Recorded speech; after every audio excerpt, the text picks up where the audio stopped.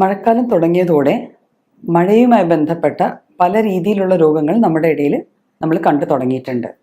അതായത് പലയിടങ്ങളിലും നമ്മൾ പുറത്തേക്ക് ഇറങ്ങുമ്പോൾ വഴികളിലും റോഡുകളിലും ഒക്കെ അത്യാവശ്യം നല്ലതുപോലെ വെള്ളക്കെട്ടുകൾ ഉണ്ടാവുകയും ചാലുകൾ കടന്ന് നടന്നു പോകേണ്ടി വരികയൊക്കെ ചെയ്യുന്നത് മൂലം തന്നെ നമ്മുടെ കാലിൽ ഒരുതരം ഇറിറ്റേഷൻ ഉണ്ടായിട്ട് വളങ്കടി എന്ന് പൊതുവെ നമ്മൾ പറയുന്നത് അത്ലീറ്റ്സ് ഫുട്ട് എന്ന് പറയപ്പെടുന്ന ഒരു രോഗം നമ്മളിൽ പലരിലും കണ്ടുവരാറുണ്ട്. അപ്പം എന്താണ് ഈ അത്ലീറ്റ്സ് ഫുട്ട് അല്ലെങ്കിൽ വളങ്കടി? അതിൻ്റെ വിശദാംശങ്ങൾ നമുക്ക് നോക്കാം.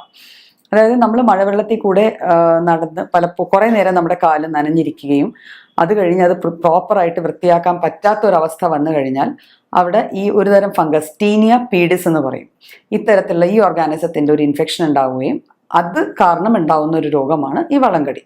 എന്തൊക്കെയാണ് വളങ്കടിയുടെ ലക്ഷണങ്ങൾ? അമിതമായി ചൊറിച്ചിലുണ്ടാവുക, ആ ഭാഗത്ത് തൊലി പൊളിഞ്ഞു പോവുക, തുടക്കത്തിൽ ഒരു ചുമന്ന നിറം വരികയായിരിക്കും ചെയ്യുക. എന്നിട്ട് കുരുത്ത് വന്നിട്ട് അതിൽ ചെറിയ ചെറിയ കുമിളകൾ ഉണ്ടായി അതിൽ നിന്ന് വെള്ളം വരികയോ ചൊറിച്ചിലുണ്ടാവുകയോ അസഹ്യമായ വേദന ഉണ്ടാവുകയോ ഈ ഇൻഫെക്ഷൻ കുറേ അധികം കൂടിക്കഴിഞ്ഞാൽ കാൽപാദത്തിൽ നീര് കെട്ടുകയോ അങ്ങനെയൊക്കെ ഉണ്ടാവാൻ സാധ്യതയുണ്ട്. അപ്പം ഇതിന് പല കാരണങ്ങൾ പറയാറുണ്ടല്ലോ. ഇപ്പം നമ്മൾ വെള്ളത്തിൽ പോവുക മാത്രമല്ല, ഇപ്പം സോക്സ് ഒക്കെ ധരിച്ചിട്ട് ഈ നനഞ്ഞ സോക്സ് ഇട്ടിട്ട് കുറേ നേരം ഇരുന്ന് കഴിഞ്ഞാലും പലപ്പോഴും ഈ അസുഖം ഉണ്ടായിരുന്നിരിക്കാം. കാല് വല്ലാണ്ട് വിയർക്കുന്ന ആൾക്കാർക്ക് ഇത് ഉണ്ടായിരുന്നിരിക്കാം. ഇതൊരു തരം പകർച്ചവ്യാധി പോലെ തന്നെ പടരുകയും ചെയ്യും. ഇത് പകരുന്നത് നമ്മൾ ഒരാൾ ഉപയോഗിക്കുന്ന സോക്സോ അല്ലെങ്കിൽ ആ കോണ്ടാക്റ്റിൽ നിന്ന് അത് യൂസ് ചെയ്യണ ടവലോ ഒക്കെ യൂസ് ചെയ്ത് കഴിഞ്ഞാൽ ഇത് ഒരാളിൽ നിന്ന് മറ്റൊരാളിലേക്ക് വരാവുന്നതാണ്. പിന്നെ ഒരു സ്വിമ്മിംഗ് പൂൾസ് അങ്ങനെയൊക്കെ യൂസ് ചെയ്യുന്ന ഒരു കോമൺ വാട്ടർ ബോഡി യൂസ് ചെയ്യുന്ന ആൾക്കാരിൽ ഒരാൾക്കുണ്ടെങ്കിൽ അടുത്ത ആളിലേക്ക് ഇത് പകരാൻ ചാൻസ് ഉണ്ട്. അപ്പോൾ ഇത് വന്നു കഴിഞ്ഞാലുള്ള ബുദ്ധിമുട്ടുകൾ എന്ന് വെച്ചാൽ ഞാൻ ഓൾറെഡി പറഞ്ഞു, സിംറ്റംസ് പറഞ്ഞല്ലോ, ചൊറിച്ചിലും പ്രശ്നങ്ങളും മാത്രമല്ല നടക്കുമ്പോൾ നമുക്കൊരു അസ്വസ്ഥതയും ഈ ഒരു ഇൻഫെക്ഷൻ അതായത് പകർച്ചവ്യാധിയായ ഒരു സംഭവം നമ്മൾ കൊണ്ടു നടക്കുന്നു എന്നുള്ളൊരു മാനസിക പ്രയാസവും നമ്മളിലൊക്കെ ഉണ്ടാവാറുണ്ട്. അപ്പം ഇത് നമുക്ക് എങ്ങനെയാണ് സാധാരണഗതിയിൽ തടയാൻ പറ്റുക നോക്കാം. അതായത് നമ്മൾ പുറത്ത് എവിടെന്നെങ്കിലും പോയിട്ട് വരുവാണെങ്കിൽ ആദ്യം ചെയ്യുന്നത് നമ്മുടെ പാദരക്ഷകൾ സാധാരണ ചെരുപ്പുകളാണ് ഉപയോഗിക്കുന്നത്. അത് മാറ്റിയ ഉടനെ നമ്മുടെ കാല് നല്ല വൃത്തിയുള്ള വെള്ളത്തിൽ കഴുകുക. അകത്ത് വന്നു കഴിഞ്ഞ് സോപ്പും വെള്ളം ഉപയോഗിച്ച് കഴുകുക. മഴക്കാലത്തിൽ നമ്മൾ വെള്ളത്തിനോട് പുറമേ ഉള്ള കെട്ടിക്കിടക്കുന്ന വെള്ളമായിട്ട് നമുക്ക് ഡയറക്റ്റ് കോൺടാക്ട് വരുന്നുണ്ടെങ്കിൽ കിടക്കുന്നതിന് മുമ്പായിട്ട് ചെറു ചൂടുള്ള വെള്ളത്തിൽ കുറച്ച് ഉപ്പിട്ടിട്ട് നമ്മുടെ കാല് നല്ല വൃത്തിയായി കഴുകി ഉണക്കിയിട്ട് ഏതെങ്കിലും ന്യൂട്രൽ ആയിട്ടുള്ള ഓയിൽസ്, അതിന് ഏറ്റവും നല്ലത് നമ്മുടെ വെളിച്ചെണ്ണയോ അല്ലെങ്കിൽ വാസ്ലിൻ പോലത്തെ സാധനങ്ങൾ എന്തെങ്കിലും ന്യൂട്രൽ ബേസ് ജസ്റ്റ് ഒന്ന് അപ്ലൈ ചെയ്യുക.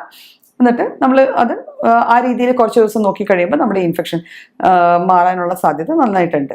സാധാരണ സ്കിൻ ഇൻഫെക്ഷൻ ആണല്ലോ, ഇതിന് പ്രത്യേകിച്ച് വലിയ പ്രശ്നങ്ങളൊന്നും ഉണ്ടാവില്ല എന്ന് പറഞ്ഞ് ട്രീറ്റ് ചെയ്യാതെ ഇരുന്ന് കഴിഞ്ഞാൽ ഇതിന് സെക്കൻഡറി ഇൻഫെക്ഷൻ വന്നിട്ട് ഇത് നെയിൽസിലേക്ക്, നമ്മുടെ നഖങ്ങളിലേക്ക് പടരുകയും നഖത്തിൻ്റെ നെയിൽ ബെഡ് ഇൻഫെക്ഷൻസ് വരികയും വല്ലാത്തൊരു പെയിൻഫുൾ കണ്ടീഷനിലേക്കൊക്കെ മാറാൻ സാധ്യതയുണ്ട്. അതുപോലെ തന്നെ സ്കിന്ന് പാളികളായിട്ട് ഫ്ലേക്സ് ആയിട്ട് പൊടിഞ്ഞു പോവുകയോ അല്ലെങ്കിൽ അത് മാറിപ്പോയി ഭയങ്കര സോഫ്റ്റ് ആയിട്ട് മാറിപ്പോയിട്ട് സ്ഥിരമായിട്ടൊരു വ്രണമായി മാറാൻ ചാൻസസ് ഉണ്ട്. പിന്നെ ഡയബറ്റിക് ആയിട്ടുള്ള പേഷ്യൻസ് ആണെങ്കിൽ കുറച്ചുകൂടെ ശ്രദ്ധിക്കേണ്ട ഒരു കാര്യമാണ് എന്ന് വെച്ചാൽ അവരിൽ പലപ്പോഴും പെയിൻ സെൻസേഷൻ വലിയ കാര്യമായിട്ട് അറിയാൻ പറ്റാത്തത് കൊണ്ട് തന്നെ ഇങ്ങനത്തെ ചെറിയ ഇൻഫെക്ഷൻസ് വലിയ കോംപ്ലിക്കേഷൻസ്, അതായത് ചിലപ്പോൾ വിരൽ മുറിച്ച് കളയത്തക്ക വിധത്തിലുള്ള കോംപ്ലിക്കേഷൻസിലേക്ക് എത്തിച്ചേക്കാൻ സാധ്യതയുള്ളതാണ്. അപ്പോൾ ഇത്തരത്തിലുള്ള കോംപ്ലിക്കേഷൻസിലേക്ക് പോവാതിരിക്കാൻ നമ്മളിത് ആദ്യ സ്റ്റേജിൽ തന്നെ ഈ പറയുന്ന ജനറൽ മാനേജ്മെന്റ് മെഷേഴ്സും അല്ലെങ്കിൽ നമ്മളിപ്പം ഏറ്റവും അടുത്തുള്ള ഒരു ഡോക്ടർ, ഒരു ഹോമിയോപ്പതി ഡോക്ടറാണ് ഞാൻ. അപ്പോൾ എനിക്ക് ഹോമിയോപ്പതിയിൽ നമുക്ക് കൃത്യമായിട്ട് ഇതിൻ്റെ എല്ലാ സ്റ്റേജസിലും മരുന്നുകളുണ്ട്.